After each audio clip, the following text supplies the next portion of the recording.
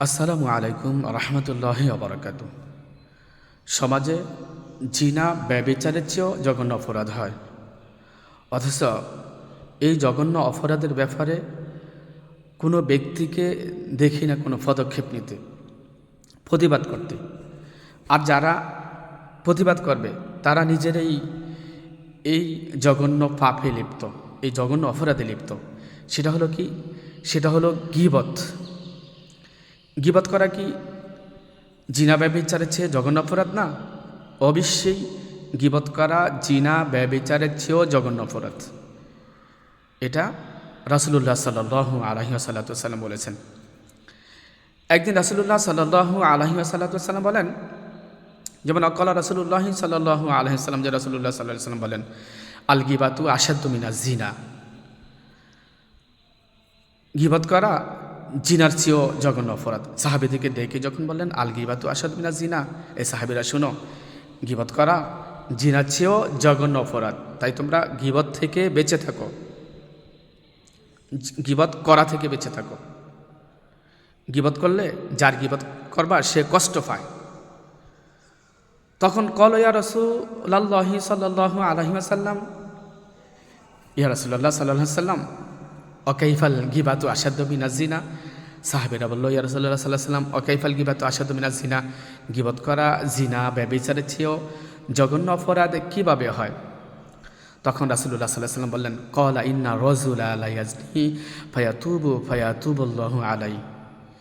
যে কলাইনা রজুলা, কোনো ব্যক্তি যখন লায়াজনি জিনা করে, ফায়াতুবু তারপরে সে যখন তওবা করে, অর্থাৎ কোনো ব্যক্তি যখন জিনা ব্যভিচার করে সে যখন আল্লাহ তাআলার কাছে খাস দিলে তওবা করে, তওবাতুন নাসুহা করে, তাহলে আল্লাহ তাআলা তাকে ক্ষমা করে দেন। ফায়াতুবুল্লাহু আলাইহি, আল্লাহ তাআলা তাকে ক্ষমা করে দেন। পক্ষান্তরে ওয়া ইন্না সাহিবাল গীবাতি লা ইয়াগফিরু লাহু হাত্তা ইয়াগফিরু লাহু সাহিবুহু, রাওয়াহুল বাইহাকী। কোনো ব্যক্তি যখন অন্য ব্যক্তির গীবত করে, যতক্ষণ না পর্যন্ত যার গীবত করেছে সে তাকে ক্ষমা না করে, ততক্ষণ পর্যন্ত আল্লাহ তাআলা তাকে ক্ষমা করবেন না। ওয়া ইন্না সাহিবাল গীবাতি লা ইয়াগফিরু লাহু হাত্তা ইয়াগফিরাহু লাহু সাহিবুহু, রাওয়াহুল বাইহাকী। হাদিস বাইহাকীর। রাসূলুল্লাহ সাল্লাল্লাহু আলাইহি ওয়াসাল্লাম বলছেন, যে কারো গীবত করলে সে যদি গীবতকারী যার গীবত করেছে সে যদি তাকে ক্ষমা না করে, তাহলে আল্লাহ তাআলাও তাকে ক্ষমা করেন না। এই জন্য রাসূলুল্লাহ সাল্লাল্লাহু আলাইহি ওয়াসাল্লাম বলেছেন, গীবত করা হচ্ছে জিনা ব্যভিচারের চেয়েও নিকৃষ্ট জঘন্য অপরাধ। গীবত করা থেকে বেঁচে থাকতে হবে। তো ওই যে বলছিলাম, যারা প্রতিবাদ করবে তারা নিজেরাই তো গীবত করে, যারা গীবতের ব্যাপারে প্রতিবাদ করবে, পদক্ষেপ নেবে, তারা নিজেরাই এই গীবত করে। দোকানপাটে দেখেন না বসে, দোকানপাটে কি হয়? বেশি গীবত হয়, একে অপরের গীবত করে। আরে দোকানপাটে, হাট বাজারে, রাস্তাঘাটে তো হয়ই হয়, মসজিদেও গীবত হয়। আচ্ছা, মসজিদে যদি কোনো ব্যক্তি জিনা ব্যভিচার করত, তাহলে কি তাকে ছেড়ে দিতেন? তাকে মেরে ফেলতেন না? তাকে রজম করতেন না? তার গর্দন উড়িয়ে দিতেন না যদি মসজিদে গীবত করতো? আরে বিচারকেরও কোনো প্রয়োজন হতো না। এই যে গ্রামে যেই তাওহীদি জনতা থাকে, ইমানদার লোকেরা থাকে, তারা নিজেরাই মসজিদে যদি জিনা ব্যভিচার করতো কেউ, তাহলে তাকে উড়িয়ে দিত, তার গর্দান উড়িয়ে দিত মুমিন ব্যক্তিরা। কেন উড়িয়ে দিত? এটা হচ্ছে আল্লাহ তাআলার অর্ডার, আল্লাহ তাআলার আদেশ। শুধু মসজিদে না, জিনা ব্যভিচার যেখানেই হোক না কেন, জিনাকারী পুরুষ এবং জিনাকারী মহিলা উভয়কে শাস্তি দিতে হয়। আল্লাহ তাআলা বলেন, আয-যানিয়াতু ওয়াজ-যানি ফাজলিদু কুল্লা ওয়াহিদিন মিনহুমা মিআতা জালদা। আয-যানিয়াতু ওয়াজ-যানি ফাজলিদু কুল্লা ওয়াহিদিন মিনহুমা মিআতা জালদা ওয়া লা তা'খুযুকুম বিহিমা রা'ফাতুন ফি দীনিল্লাহি ইন কুনতুম তু'মিনুনা বিল্লাহি ওয়াল ইয়াউমিল আখির ওয়া লিয়াশহাদা আযাবাহুমা তা'iফাতুম মিনাল মুমিনিন। তো আয-যানিয়াতু ওয়াজ-যানি, জিনাকারিনী, ব্যভিচারিণী মহিলা, ব্যভিচারী পুরুষের কথা বলেছেন। আয-যানিয়াতু ওয়াজ-যানি ফাজলিদু কুল্লা ওয়াহিদিন মিনহুমা মিআতা জালদা, এদের প্রত্যেককে 100টা করে বেতের আঘাত করো। জিনাকারিণী পুরুষ আর জিনাকারিনী মহিলা, ব্যভিচারিণী মহিলা, ব্যভিচারিণী পুরুষ, তাদের প্রত্যেককে 100 করে বেতের আঘাত করো। আর এদের এই শাস্তি কার্যকর করার সময়, করার ক্ষেত্রে এদের প্রতি কোনো ব্যক্তির যেন মায়া, দয়া, অনুগ্রহ না থাকে।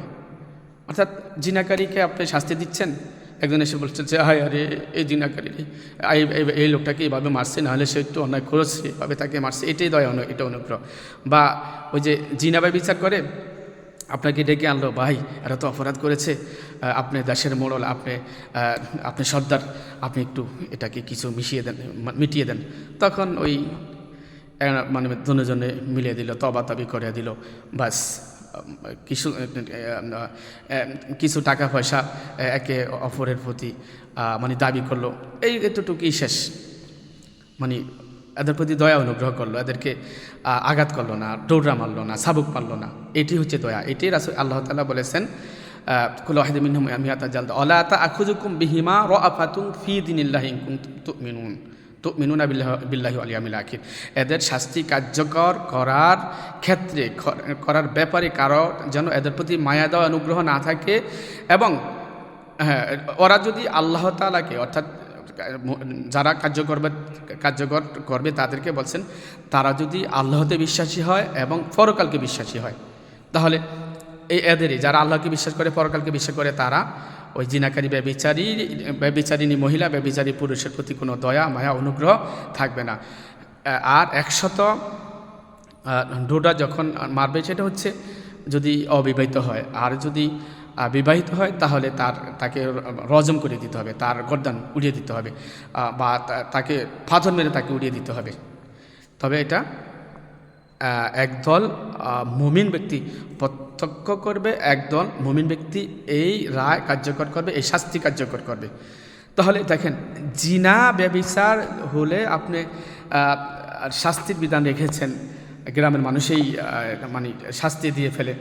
আর যে গীবত হয়, মসজিদে বসে যে গীবত হয়, সে ব্যাপারে আপনাদের কোনো প্রতিবাদ নেই, আপনাদের কোনো পদক্ষেপ নেই। ইমাম সাহেবই গীবত করে, ইমাম সাহেবই বলো ও কি জানে আমি তো সব।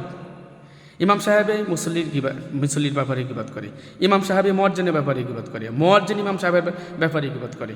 এটা সবাই না, সব ইমাম না। আমি ইমামদের কথা এই জন্যই বলেছি, অনেকেই হয়তো বা ভাববে যে ইমামের কথা কেন বলছেন, ইমামরা করে।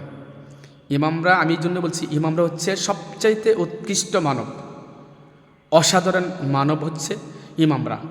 ইমামরা হচ্ছে হাফেজে কোরআন, ইমামরা হচ্ছে মুফতি, মুহাদ্দিস। তো এরাই তো সমাজের মধ্যে সবচাইতে ভালো মানুষ। তো ভালো মানুষগুলোই যদি গীবতে লিপ্ত থাকে, আর যেগুলা সাধারণ, তারা কি করবে?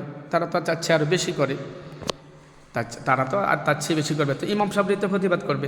এখন আমি আজকে শুক্রবার আলহামদুলিল্লাহ গীবতের ব্যাপারেই আমি আলোচনা করব, গীবত, জিনা ব্যভিচার ব্যাপারে। এই গীবতের কথা টান দিলে কিন্তু ওই জিনা ব্যভিচারটা এসে পড়বে, যাতে রাসূল সাল্লাল্লাহু আলাইহি ওয়াসাল্লাম গীবত আর জিনা একই সাথে বলছেন, আল গীবাতু আশাদ্দু মিনাজ জিনা। এই জন্য ওই গীবত করার ক্ষেত্রে আলোচনা করলে আমি ওই জিনা ব্যভিচারের ব্যাপারে কথা আসবে।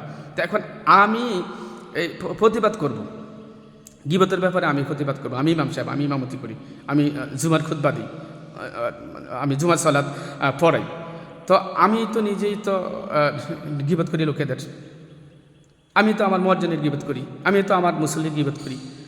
এই কারণেই তো আজকে আমাদের মধ্যে হেদায়েত আসতেছেন। আল্লাহ তাআলা আমাদের জন্য হেদায়েত রাখে না। তো এই জন্য আমরা মহান আল্লাহ তাআলার কাছে তওবা করব, আল্লাহ তাআলা যেন আমাদেরকে ক্ষমা করে দেন। আর আমরা যাদের গীবত করেছি, যদি সম্ভব হয়, তারা যদি বেঁচে থাকে, যাদের গীবত করেছি, আমরা তাদের কাছ থেকে ক্ষমা চেয়ে নিব। তখন তারা যদি আমাদেরকে ক্ষমা করে, আল্লাহ তাআলা আমাদেরকে ক্ষমা করবেন। আর তারা আমাদেরকে ক্ষমা না করলে আল্লাহ তাআলা আমাদেরকে ক্ষমা করবেন না। তারা যদি, যাদের গীবত করেছি, তারা যদি বেঁচে না থাকে, তাহলে তাদের আত্মীয় স্বজন যারা আছে তাদের কাছ থেকে আমরা ক্ষমা চেয়ে নিব। আমি একজন বাবার, মানে একজনের বাবার ব্যাপারে গীবত করেছি, তার বাবা বেঁচে নেই, তার সন্তানের কাছে মাপ চেয়ে নেব। বলবো যে ভাই, আপনার বাবার ব্যাপারে আমি গীবত করেছি, না বুঝে আমি অন্যায় করেছি, অপরাধ করেছি। এখন তো আপনার বাবার কাছে ক্ষমা চাওয়া মানে ক্ষমা চাওয়ার সুযোগ নেই, এই জন্য আমি আপনার কাছেই ক্ষমা চেয়ে নিলাম। আপনার বাবা যেন আমাকে ক্ষমা করে দেয়, আপনি ক্ষমা করে দিবেন। আপনি আল্লাহ তাআলা হয়তো বা ক্ষমা করতে পারেন, আল্লাহ তাআলা হয়তো বা ক্ষমা করতে পারেন। যেমনি হোক যাদের গীবত করেছি, যেভাবে হোক, তারা যদি বেঁচে থাকে তাদের কাছ থেকে ক্ষমা চেয়ে নিতে হবে।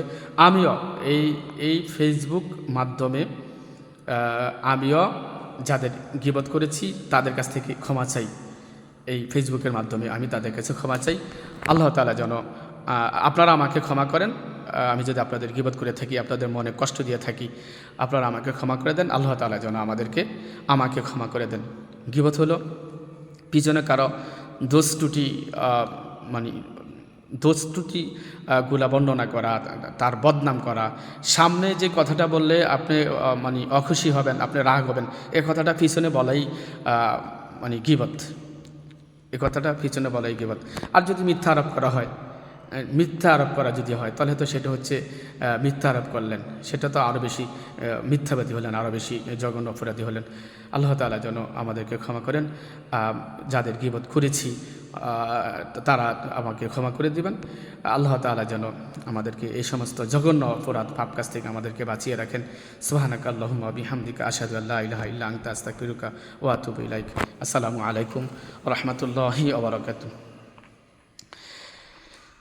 বড় বাড়ির মসজিদে আসলাম, একটা দাওয়াত ছিল, আমার দাওয়াতের জন্য যাইতে বলছিল।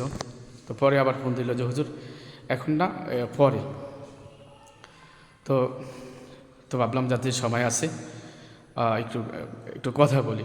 তো আমি আজকে যে আলোচনাগুলো করেছি, ইনশাআল্লাহ এই আলোচনাগুলো আমি আজকে আমার জুমার মসজিদে করব।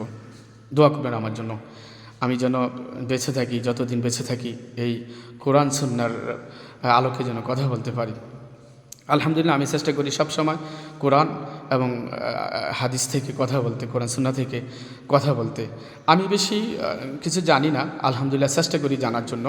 তবে যেটা সহি, যেটা সঠিক, আমি সেটাই বলার জন্য বলি, সেটার উপরে আমল করার জন্য বলি। আমি রাসূলুল্লাহ সাল্লাল্লাহু আলাইহি ওয়াসাল্লামের সুন্নাহ অনুযায়ী চলার চেষ্টা করি। মহান আল্লাহ তাআলা আপনাদেরকে আমাদের সবাইকে যেন আল্লাহ রাসূলের বিধান মোতাবেক চলার তৌফিক দান করেন।